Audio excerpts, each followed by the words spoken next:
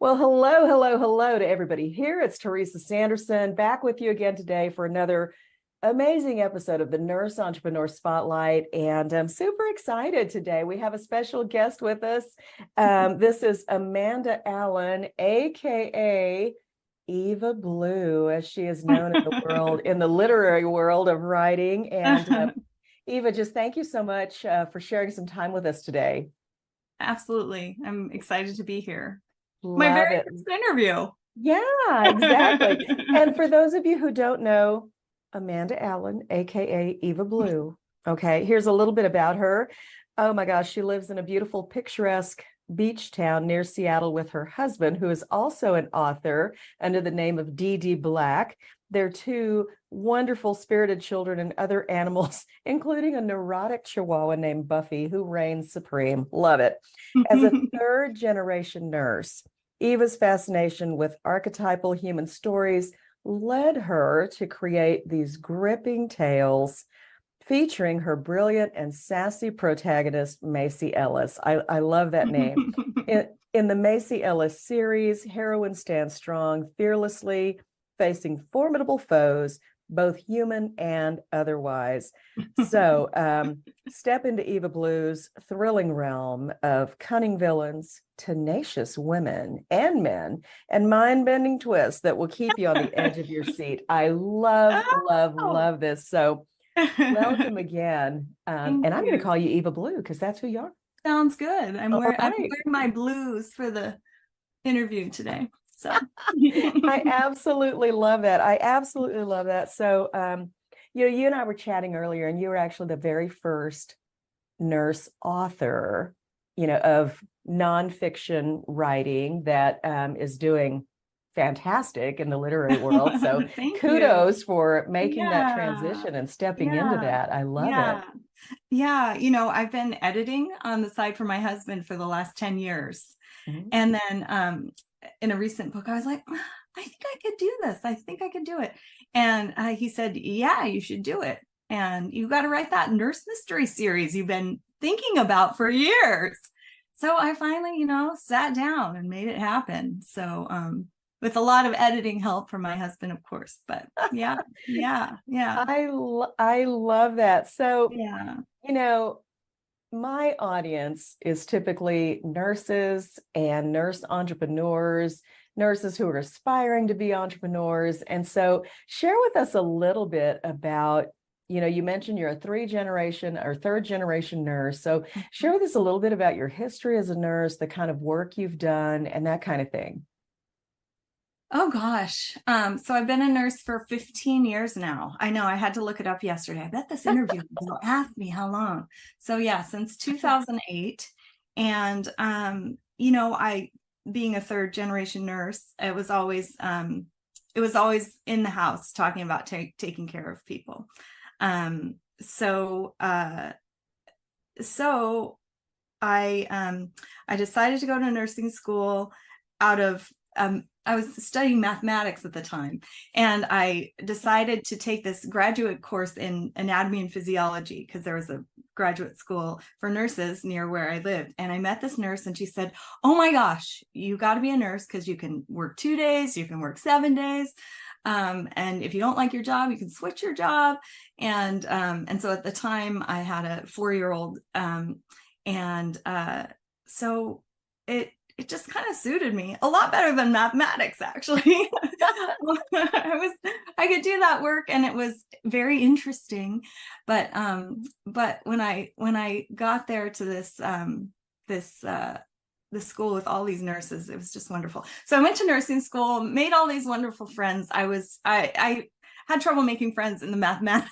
Oh. I'm a little loosely knit for that crowd. I love that. So I fit right in with all of these nurses. Of course I did. And I had a great time. And at the time when I graduated, I went to get a hospital job. But at the time they weren't really hiring very many new grads, at least not in my area. So I got a job at a rehab center, and my very first boss was definitely a feed your young kind of boss. So I was very lucky. Yeah, I was very lucky. And her name was Laura, and I worked beside this LPN a lot, who's her name was Denise, and man, she taught me a tremendous amount, that LPN. And yeah, it was Janet Suchecki. She was an RN that I worked with as well, and they were just they were just feed your young. And it's a privilege to work with you know, the older population in geriatrics. I just like, it's so cool. They have, you know, these people have like just informed how I want to live my life by, you know, seeing, okay, what was their life and what are they doing? And right now I work for a hospice agency. 6 or 7 years I've been with them, and it's such a privilege to get to go in people's homes and see their art, and, you know, get that tip of the iceberg sense of their life. Yeah, it's a real privilege to Wow. I so love that. Geriatrics.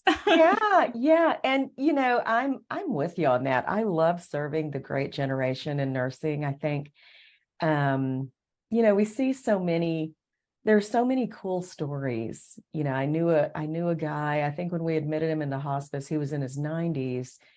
And he had started his most recent business at age 85. An old farmer, you know, but always being into something new. And I think, I remember when I admitted him, this is total aside, but I remember he asked me the one day I was there doing his hospice admission, and he said, you know, are we just talking or are we talking business? Because if we're talking business, I'm going to put my glasses on. Oh man, love it. Yeah. So we have a lot in common in that area for sure. So tell me, you know, here you are working as a nurse, third generation nurse in your family, and all of a sudden you start writing books. What drew you into that? Well, yeah. So I've been editing for my husband 10, 11 years now. Okay. And when he first started, I had a tiny baby in my arms. And he would wake up at 5 or so, and then I would wake up at 6 or 7, and he would tell me what he had written. And I would say, no, what about this? No, what about that? This person would do this. So over these years, I've had a lot of influence in the plotting. And then, of course, you know, I'm not very grammatical, but but I have a lot of ideas about how I want moments to land and deeper meaning. And so I put a lot of effort in that vein into all his books over these years. And so this last year, he created this new persona for himself, Dee Dee Black. Okay. Started writing this mystery series, which is local to the Seattle area. So fiction, but in a real setting. And it started to take off in the community. And as he's writing it, I was like opining more and more, because I grew up in this community where he's writing. So I had a lot of things to say and a lot of things I wanted to put in. And then one day I said to him, you know, I'm wondering if I could do it now, if I could write this. I had written about a year and a half ago, I had written a young adult novel that I kind of put in a drawer. Like, I finished the whole thing, but it's like a mess. And I went back to read it, and I was like, ooh, this is a lot harder than editing your stuff. So anyhow, I said that to my husband, and he got on his computer and started making me covers. And he said, oh, you're going to finally do this nurse mystery that you've been talking about forever and ever. Oh, wow. And so I started writing it, and it was just so fun, because I had a lot to bring to the table after these 15 years of being a nurse. So Macy Ellis came about. I love that. I love that. And how awesome is it that you and your husband both do the same thing, enjoy this writing career, you know, home-based stuff. I just absolutely love that. Yeah, our little mom and pop. Yeah. I love that. So great. So it sounds like your journey was that he exposed you really to writing by doing a lot of editing for him. You probably learned a lot of the ins and outs there, and then have been able to apply that to your own writing. That's so great. Yeah. And I don't know, I love story. Like I go into these people's homes and learn their stories. Mm-hmm. And so you know, I give my all into the books that he's writing, and you know, love helping to create these stories, and I've loved, you know, him helping me to create mine. So it's really Fantastic. a great collaboration. Yeah. Fantastic. And so, you know, I know that you are still working as a nurse. I Mhm. think we met, is it full time that you're still working? Yeah, yeah, Okay. yeah. I do Okay. home visits for a hospice agency. Yeah. That is incredible. That is incredible. So, but while you are doing your work at nursing, your book is already published. It's out there in the world. People are Mhm. reading it. I've seen the awesome reviews on Facebook, or Thank I'm you. sorry, on Amazon, Yeah, and thank it's just incredible. It seems like you've got a lot of momentum there. So I want to congratulate you on thank that. you. Thank you. Yeah. Yeah. Yeah. It's I you know, thanks to my husband, he's been marketing his books for years and years. And you know, Nice. his big motto, if you make a good product, you're going to get it out there. So that's what we Mhm. hope we're doing, and I think people are responding to it. So it's I exciting. love that. I love that. So, um, I want to ask this question because in this group, in my audience, there are a lot of aspiring nurse entrepreneurs and maybe even struggling novice or newer nurse entrepreneurs who are starting businesses and just going, you know, I'm still working some, or maybe I'm still working full time, just like you are, Amanda. And how in the world did you find the time to write a book? How do you find the time to do all of the other things? And that, I think, is a huge piece of nurse entrepreneurship, is figuring out, where do I find the time? Where do I, you know, find those pockets that I can do something with? Would you share a little bit of insight on that with us? Yeah, I mean, wake up early, right? Wake up early, stay up late. You have to have some kind of fire, you know, to get it done. So and it isn't easy. You have to fail a lot, you know. For years and years, my husband's been writing, right? And he had to fail a lot when you're starting something from scratch for yourself. Yeah. Maybe that 85-year-old you took care of Yeah. could tell us more. Right. I Yeah. think you have to it's like that, you're presented with a problem, and the Scooby-Doo characters run with their feet, but they don't go anywhere. Yeah. Yeah. And then eventually they gain traction. Yes. So and you have to trust yourself, right?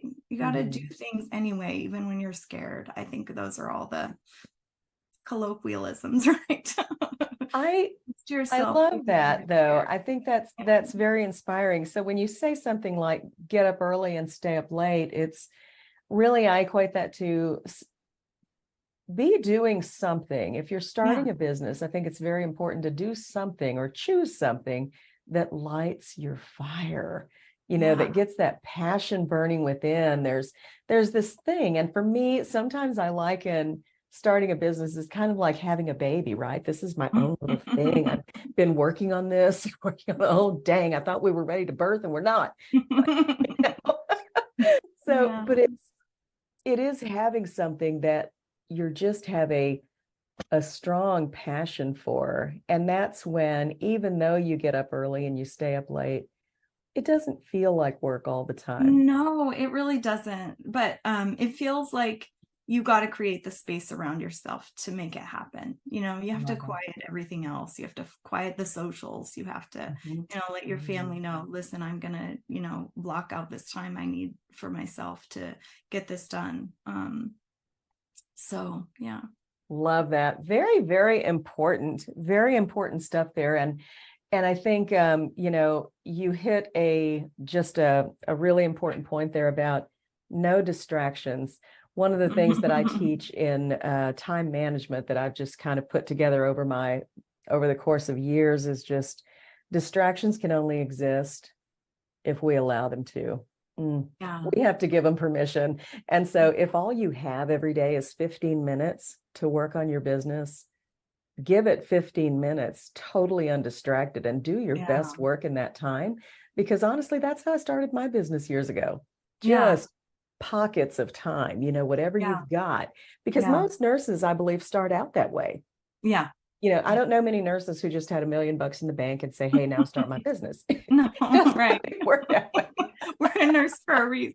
Yeah, exactly. We're more than caring for people. Love what you had to share there. Now, one thing that I would love to do, because like I said, we've never featured a nurse author like you. Would you mind doing a little bit of a reading from your book?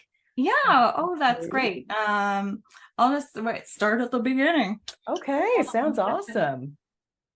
Oh my.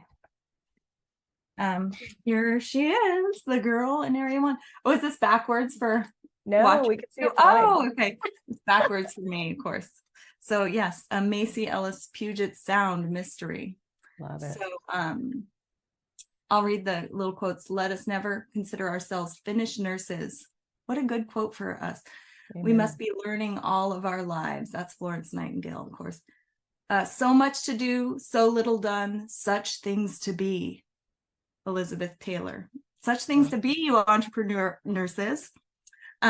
Mystery is something that appeals to most everybody. And so that's Angela Lansbury. Love it.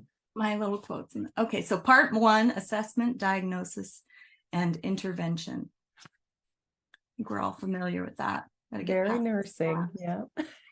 Okay, chapter 1, Washington, Hansville, Washington, Western Puget Sound. I'd had a rough year, and it was about to get worse. Red, white, and blue lights pierced my sleep, jolting me awake. My eyes snapped open, and I squinted at the red glow of my alarm clock. 3:18 a.m. A police siren blasted, then stopped abruptly. Its echo reverberated through my tiny beach house, making my heart race and transforming my confusion into fear. I rolled up and out of the permanent indentation my body had worn into my 20-year-old bed. The first generation memory foam mattress couldn't remember a damned thing. I floundered through my bedroom, keeping low to the ground. The floor was littered with a week's worth of dirty clothes, and in my groggy state, I tripped over a laundry basket. Adrenaline pumping through my veins, I stumbled out of my bedroom, cursing under my breath. Grabbing the baseball bat I kept near the door, I peered through the front window. The flashing lights of emergency vehicles painted the wet street in a kaleidoscope of amber and blue. Chaos was unfolding at Bob's house. My heart sank as I watched the paramedics wheel out a stretcher carrying a shiny black body bag. I knew without a doubt it was Bob, my 96-year-old neighbor who lived next door.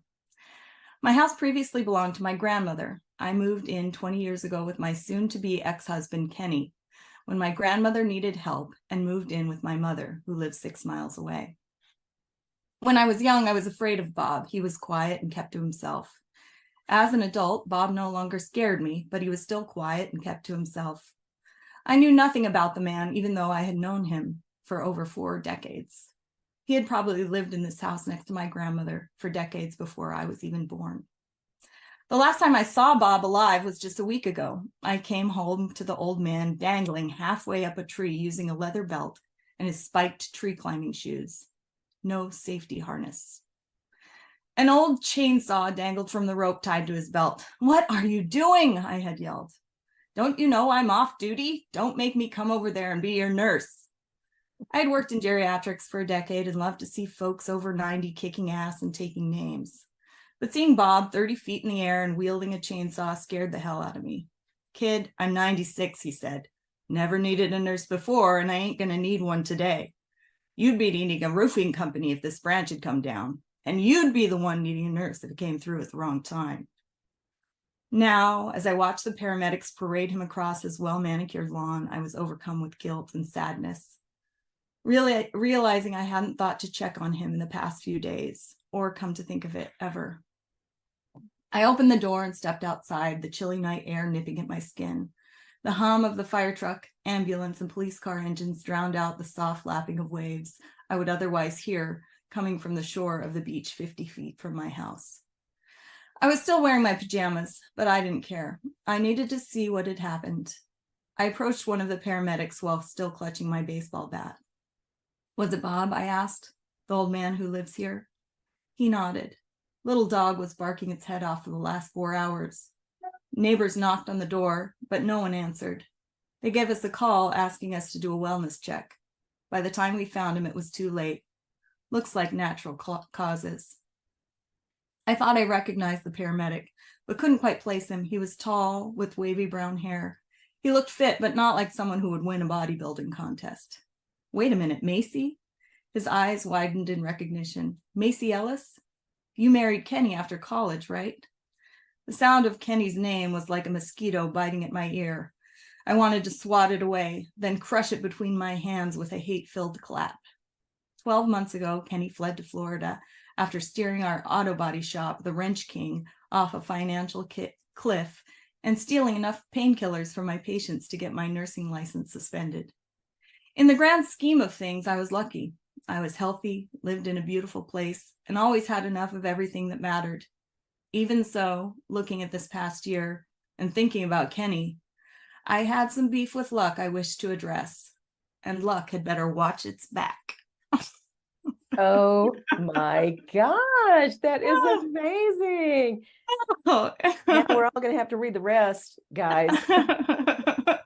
Well, thank you. It's wonderful. I just love the richness of the text and all the description. I mean, I felt like I was right there watching it all unfold. Fantastic. Yeah, thank you. Yeah. Oh my goodness. A lot of fun, a lot of hard work to write.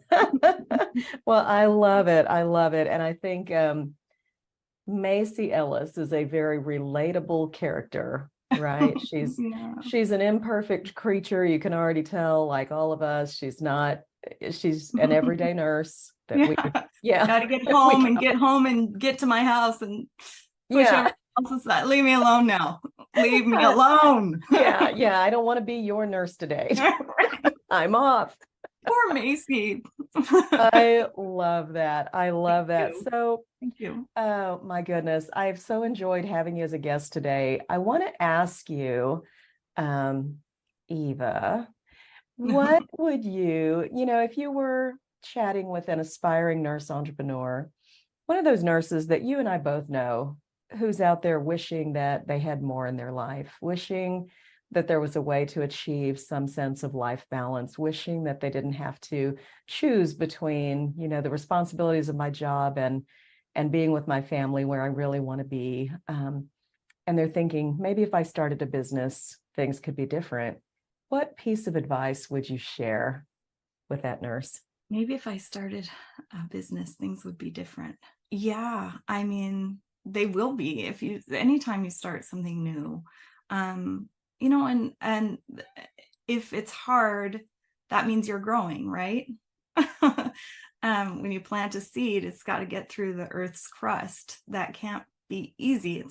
You're fighting against something that's kept you safe. So, and dandelions do it, they break through that. They break through that cement, right?